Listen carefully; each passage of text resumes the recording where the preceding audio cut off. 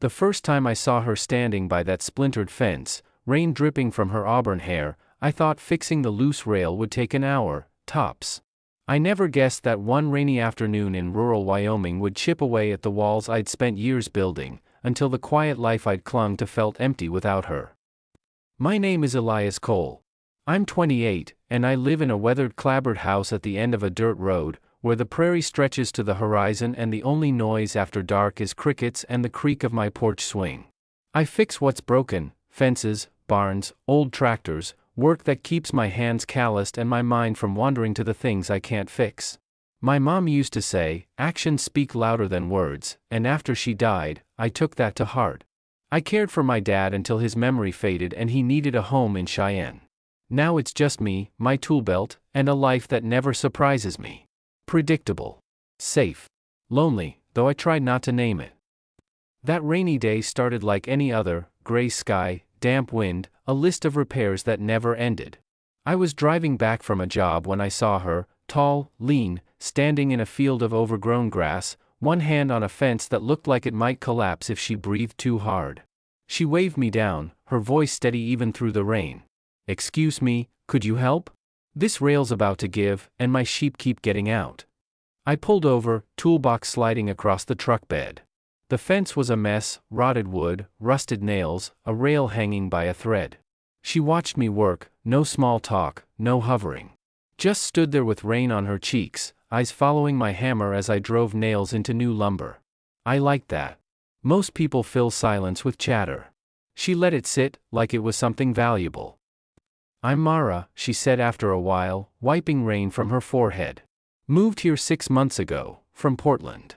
"Elias," I replied, tightening a bolt. She told me she'd been a wildlife biologist, chasing grants and deadlines until the stress left her hollow. Wyoming felt like hitting reset, she said. I didn't tell her about my dad, or the way the quiet used to feel like a blanket until it felt like a cage. But she didn't push. When I finished, the rail held firm. "Let me pay you," she said, reaching for her wallet. "No need," I said, already packing up. She studied me, her hazel eyes sharp but soft. "Well, if I bake a cherry cobbler, homemade, with fresh fruit from my tree, you won't turn me down, will you?" I smiled, a rare thing. Cobblers impossible to refuse. That should have been it. But after that, I started seeing her everywhere. Mara in her garden at dawn, dirt under her nails, singing off-key to birds. Mara sitting on her porch at dusk, a book in her lap, watching the sun paint the sky pink. Mara feeding the stray cat that hung around my house, like she knew I'd been leaving it scraps but didn't want to admit it. She called me a week later: another fence, a leaky faucet, a loose shutter, and each time, there was a mug of hot cider waiting, or a plate of cookies, or just silence that felt like a conversation. We talked about small things: the way Wyoming's wind sounds different than Portland's, how her sheep had names, how my dad used to grow tomatoes that tasted like sunshine.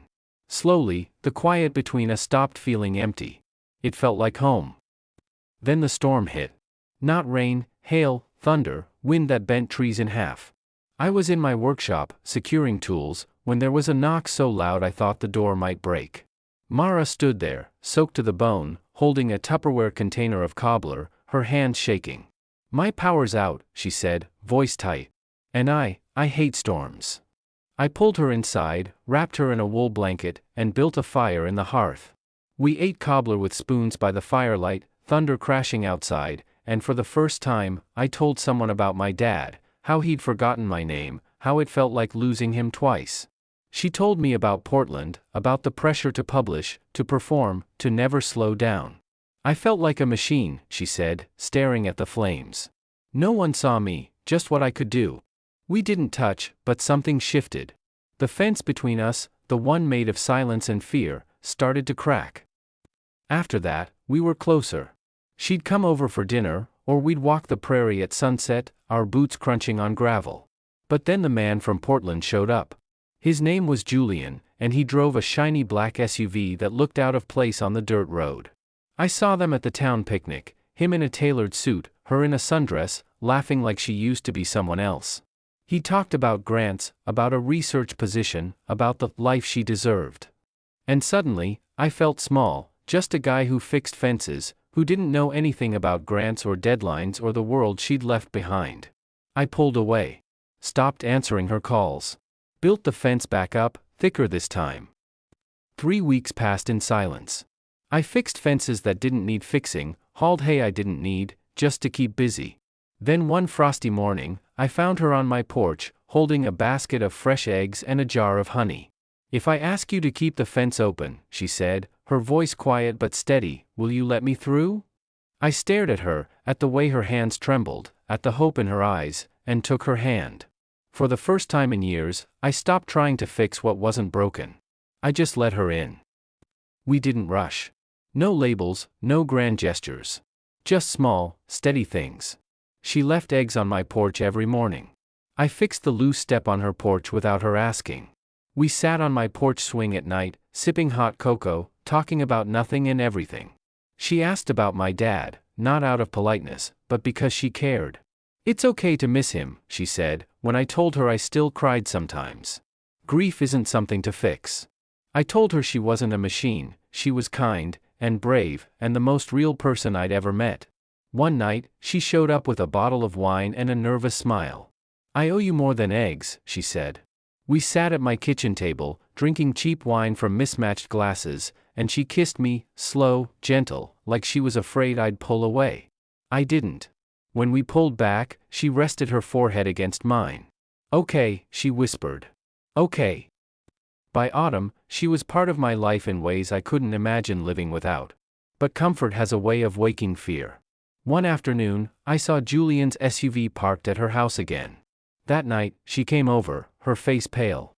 "He wants me to come back," she said. "Full-time research. Good money.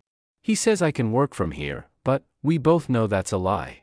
I stared at the prairie, the wind rustling the grass. "Do you want to go?" She hesitated. "I don't know. Part of me misses the work. But part of me is scared I'll lose this. Lose you." I stood up, my throat tight. "I'm not that world, Mara. I can't give you grants or research or the life you had."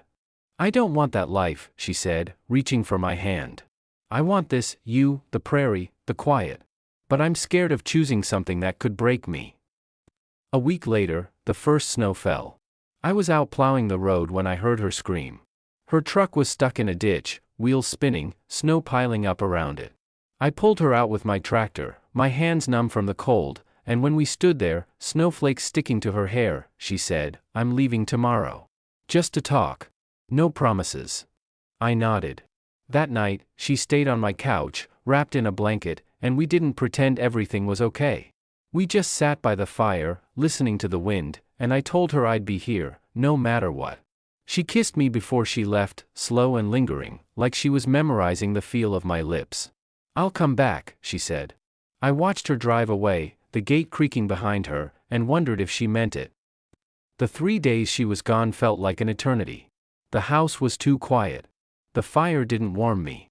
I fixed the same fence post 3 times, just to have something to do. Then, on the 3rd night, I heard tires on gravel. I looked up, and there she was, her truck covered in snow, her face tired but bright.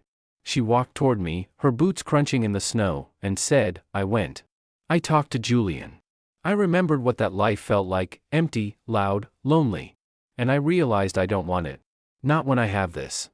She gestured between us, her eyes shining. "I choose you, Elias. If you'll still have me." I didn't say anything. Just pulled her into my arms, holding her tight, like I was afraid she'd disappear. She melted against me, her face buried in my shoulder, and laughed, a sound of relief, of joy, of home. "I'm not going anywhere," I said, into her hair. "Good," she said, pulling back to kiss me. "Because I'm done running." That winter, we learned to share space. Her books on my shelf, my tools in her garage, boots by the door, mugs left half full on the table. She reminded me to rest, to grieve, to talk. I reminded her to slow down, to breathe, to be proud of who she was, not what she could do. Spring came, and we planted a garden together. Fixed the fence between our properties, but left the gate open, always. People talked, of course. They said she'd get bored, that I was in over my head. But we didn't care. We just lived, quiet, steady, happy. One evening, as the sun set over the prairie, we stood by that first fence I'd fixed. Mara ran her hand over the rail, smiling. "When I asked you to fix this fence," she said, "I thought I was asking for help with sheep. But I wasn't. I was asking if I could come through, to a new life, to you." I wrapped my arm around her waist, pulling her close. "I didn't just fix the fence," I said. "I left it open. For you." She turned to me, her hazel eyes glowing in the sunset, and kissed me. The wind rustled the grass, the crickets sang, and for the first time in years, I didn't feel alone. I felt home. If this story warmed your heart, if you believe love is about leaving gates open, choosing each other, and finding home in the quiet moments, like, comment, and subscribe to our channel. We share heartfelt romances about healing, vulnerability, and the magic of small-town connections. Comment below, home, if you've ever found love in the most unexpected place. We want to hear your story.